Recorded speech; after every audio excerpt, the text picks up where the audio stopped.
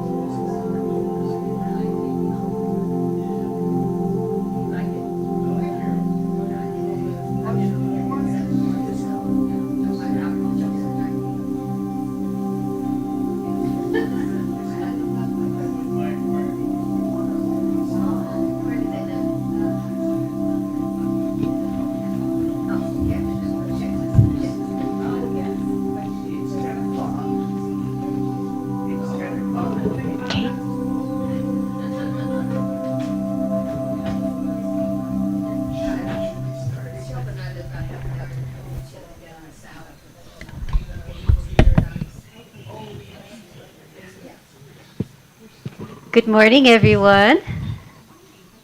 It's 10 o'clock in Hawaii. My name is Pasha. I'm the facilitator for this morning. And we have our guest speaker, Tania Ranguelova, and our wonderful longtime friend and musician, Drew Womack, will be doing the music ministry. We're going to start off this morning with a reading from Science of Mind magazine, and Reagan has agreed to do that. And Reagan, you can adjust the level of the microphone to. Good morning. Aloha. My name's Reagan. I'm reading this morning from the Guide for Spiritual Living, Science of the Mind, and we're in August of 2025. Theme on the Wings of Love. Okay, so our reading today is Talk to Yourself with Your Truest Voice. And the opening quote from Brene Brown is, talk to yourself like you would to someone you love. And then another quote from Ernest Holmes, all individual minds, your own included, are merely different activities of the infinite mind. This mind of God is the law of your life. When you speak, it speaks within you. Thus, your thought becomes the law of your life because the law of the one mind already resides at the center of your being. And apparently that's from the book The Invisible Power by Ernest Holmes. Okay, the reading. When I was 21, I realized there was a mean and forceful voice inside me that bossed me around, criticized me, and tried hard to always make me feel like who I was and what I was doing was wrong. It was a voice that had been with me most of my life, and I decided I was ready to treat myself better. Eventually, I asked myself a key question. Whose voice is this in my head? Turns out it was the voice of my father. His voice and how I heard him speak to me and others became my own inner voice. Even though I had an intention to change, I found it difficult to stop the habitual way that I related to myself. I went to my practitioner, and she guided me through the holy and sacred work of forgiving my father. It took a lot of courage to revisit some of the key moments in the relationship with my father and to let go of some pain and trauma. Then one day, I noticed that the voice in my head that spoke to me and gave me input and feedback had shifted fairly dramatically. It was still there, and it had a lot to say, yet how it was saying it was suddenly kind, soft, and friendly. This was a big moment for me. It helped me see that I can do the inner work to create a friendly environment within myself. Our truest voice speaks lovingly to us. Okay, now we have an affirmation. I'm going to read it, and I'll break it in half, and we'll say it back, okay? So the whole affirmation is, I speak to myself from my authentic and centered self with love and appreciation. So let me start, and then you guys repeat. I speak to myself from my authentic and centered self.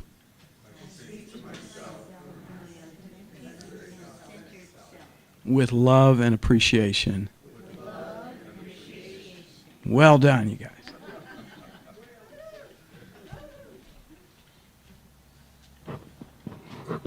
Thank you, Reagan. I love the way you do the reading.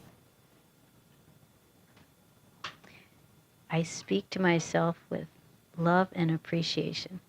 I speak to myself with love and appreciation from my authentic self. Okay, so whatever part of that really resonated for you, just kind of reflect on it, let it sink deep, and we'll enjoy relative quietness for a minute or two. When it's time to come bring your awareness back, I'll do the chimes.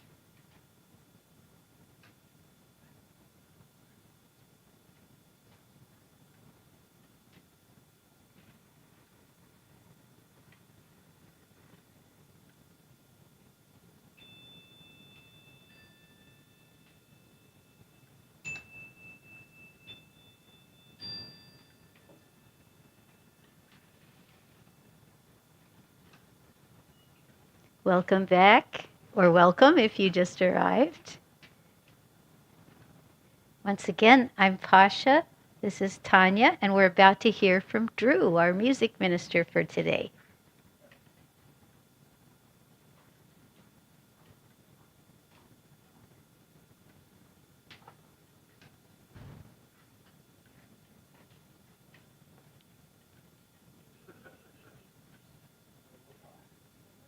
Aloha.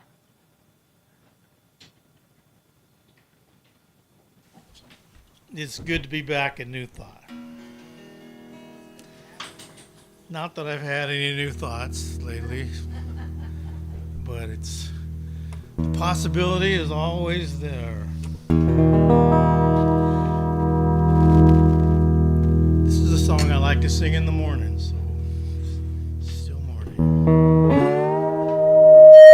Whoa, where'd that come from? That's kind of a Jimi Hendrix takeoff there.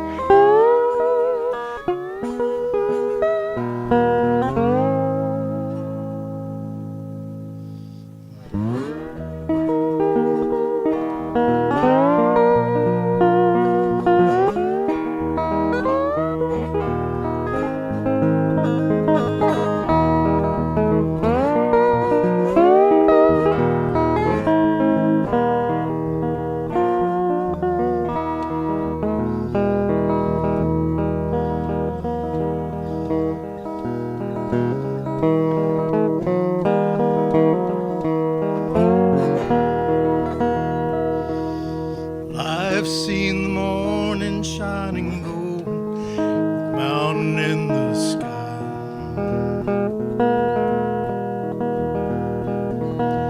Aching with a feeling of freedom, an eagle when she flies.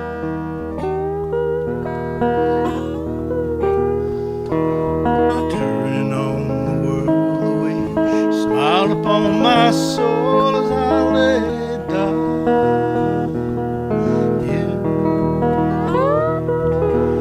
Working on the freedom in my time.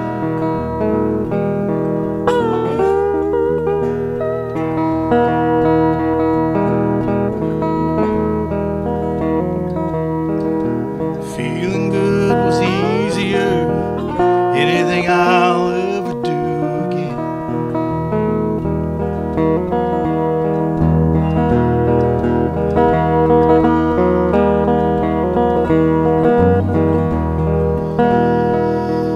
Yellow is the color of my true love's hair in the morning. In the morning when we ride, that's the time, that's the time I love the best. And mellow is the feeling that I get when I see her. When I see her, oh yeah, that's the time, that's the time I love the best.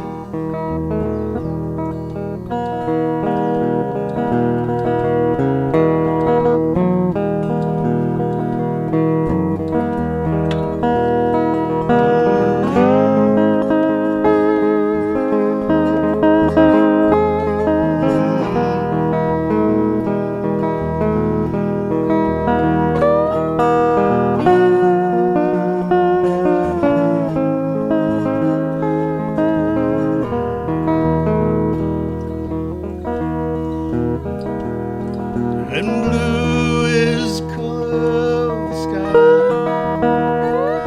in the morning when I ride. In the morning when we ride, that's the time, that's the time I love the best.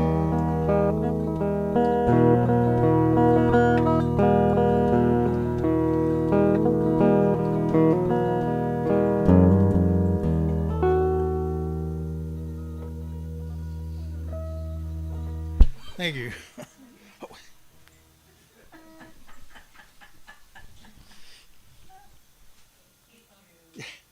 It's an old favorite of mine.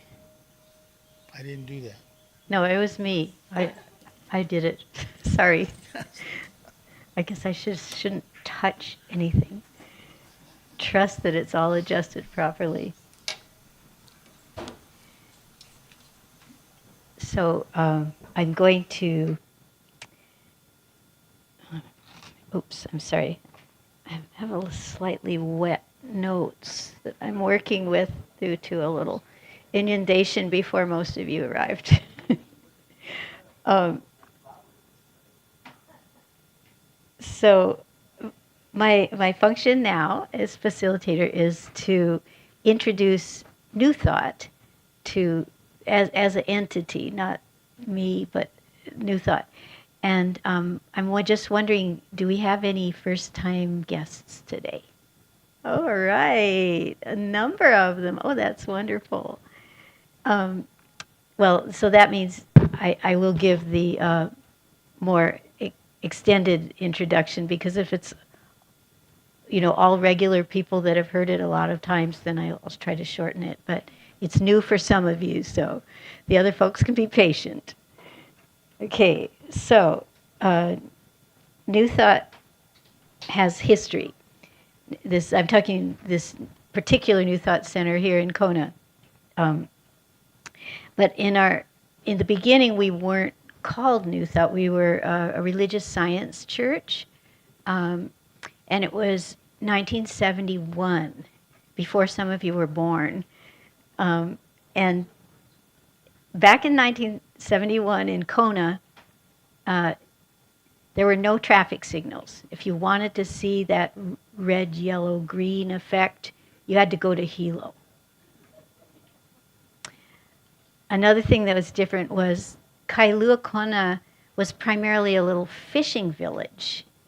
There was a little bit of touristy stuff there. The old King Cam, which was demolished so the new King Cam could be built. KTA was near the banyan tree. It was more or less similar, a mom and pop Japanese kind of store. It wasn't really a major grocery store. And the commercial center of Kona was actually up here. The Kainaliu, Kealakekua, Captain Cook area. So it was a kind of a different Kona. And it's sort of miraculous that this little church got started. And what we date from is when the charter, the first articles of incorporation were submitted to the state of Hawaii. So from the legal governmental point of view, we became real. I'm sure there was some energy before that, but we do know that happened in September of 1971. So that's how we determine when to celebrate our birthday of New Thought, which we will be doing next month. So that's a little about the origin. But since that time, of course, a lot has happened in almost 54 years. Previously, the services were in Keauhou, part of the time at the old Keauhou Beach Hotel, part of the time at Kona Gardens on the other side of the road. But in 1999, New Thought moved here to our current meeting place. We were renting from the massage school, Lynn and Peter Wind, who some of you may remember. So we were the renters, and they were good landlords. That lasted for about 8 to 10 years. Then after Peter passed away, Lynn, after a year or so, decided that she wanted to sell the space. And it's funny how originally we didn't recognize that it was meant for us, that it was a blessing, because we had some image of what our future home would look like that didn't quite match up with, we're going to stay here, but we're going to be owners. But we came around to it and agreed on a price that was affordable for us and just barely acceptable for Lynn. And so then, we were able to grow into a more full-service center after that happened. Before, we were more or less a Sunday operation, mostly just Sunday mornings. So it's stretched us, and opened us to bigger responsibilities, to own our own space. So that's a little bit of background. I think it's enough. Me personally, Yes. I have my little membership card, which was signed by the church secretary in 1977. So I wasn't there at the beginning, but it was still within the first decade. Yeah. And Drew, I think of all our music ministers, probably has the longest history. Because didn't you come on board before we moved here? It was here, okay. But soon, like maybe 99 or 2000? Yeah, like 99. Yeah. Yeah. Do I get an award or something? I still have some of your CDs from that early time. They were so sweet. Because you were so excited about being a father and having little kids and yeah. Not so excited anymore. It's a, well, it's a little hard to be quite so excited when they're in their 20s, but it's still good. It's good. Yeah. Marshall, when did we no longer have a pastor, like go to this format? Oh, yeah, that's another unusual thing about New Thought that I think it's since about sometime in the 1980s, maybe 85. And the last minister was named Betty White. She was a very nice lady. And people like to say when they're talking about that, she just told us we didn't need a minister anymore, we could minister to each other. But there was actually a little bit more to the story. She told us that we could learn the functions necessary to, quote, minister to ourselves, and that we should have people that were able to perform various functions, like to perform a marriage ceremony, for instance, and things that people think a church should be able to do. You know, we should counseling. So various people came forward and said, yes, I'm trained to do that, or I'm willing to be trained, or I'm willing to be certified, and so. But it is by choice, not just by accident. And I was telling Tania this morning that I think the people that are attracted to New Thought sort of thrive on novelty. They would not be happy if it was always the same person sitting up here, even if it's a different message every week.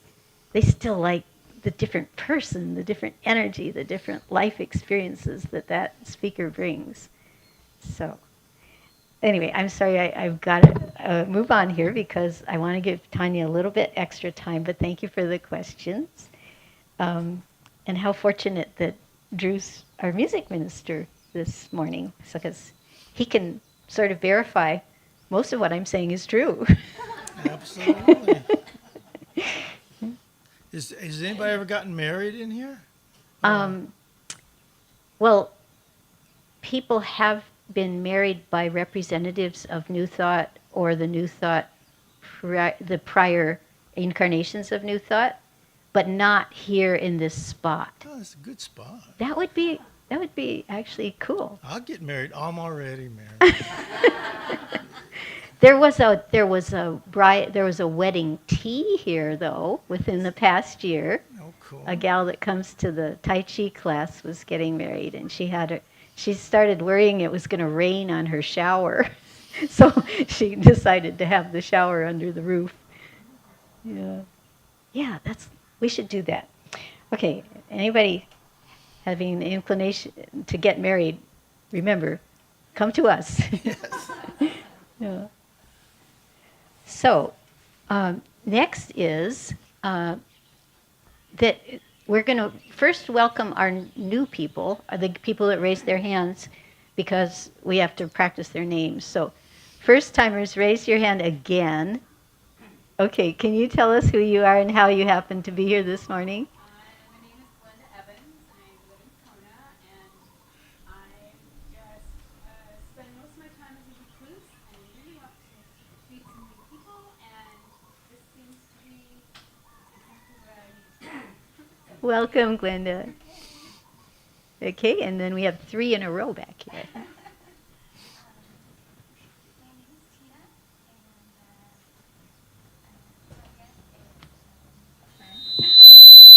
and Okay. Sorry, Tina, that was my bad. I handed you the mic, and that's a very hot mic. Actually, don't do that yet, because we're all going to do that. I'll just paraphrase. I'll say who they are so people can hear it on. So this is Tina, a friend of Tanya. Trisha, also a friend of Tanya. Welcome, Trisha. And Danny, also a friend of Tanya. Danny. It's good to be here. I live right down there, and I Oh, how convenient. All right. And do all 3 of you live in Kona? Yes. Okay. What now? Is there anybody else in any other part of the room I didn't? Okay. I'm Cindy. I live in Kona too. I live real close to Tanya. She's a good friend of mine. Okay, Cindy, Tanya's our barn. another good friend of Tanya. Well, that's wonderful, and that makes it nicer for Tanya that some of the people here are well known to her and supportive. I mean, we're all interested and supportive, but we don't all know you really well. Okay, so now, just to be fair, we're going to pass the mic around so that the new people know our names also. But don't worry, there won't be a test. And some people wear name tags, some people don't. But anyway, in addition to saying your name, if you're so inclined, you can respond to this question, which kind of relates to what Tanya's going to be talking about. This idea of quantum jumping has to do with becoming more our authentic or ideal self. And I invite you to name one quality of this ideal self that you would like to bring forward more in your life. Okay, so I got to think about it more, so I should go first. Let me think. Okay. I think my authentic, ideal self will be more relaxed. And I'm Pasha. Lindsay and Grace. I am Peace Eagle, and I want to fly constantly and come in for a landing here on Sundays. Hello again. I want my authentic self to be confident and courageous. Hello, Elisha Leilani here. Self-assurance. Good morning, Reagan. Patient. Jan, and I would say calm. My name is Todd. Hope.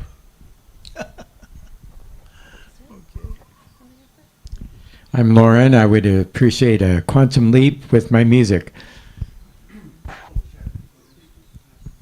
Erin, and my quantum leap would be zero fear. Tatum, and I would say to be more forgiving. I'm Jeanette.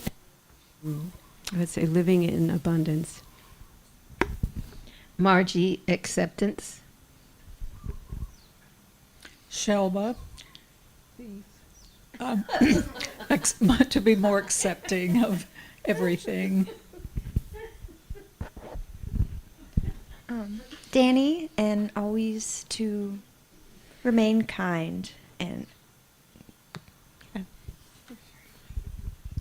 Trisha and total acceptance. Tina, and to be brave. Kaimana, confidence and courage. Yeah. Introduce yourself. Like to manifest in your personality. and I want to manifest embodied presence and calm. Good morning, everyone. I'm Sarah. I want to manifest and caring.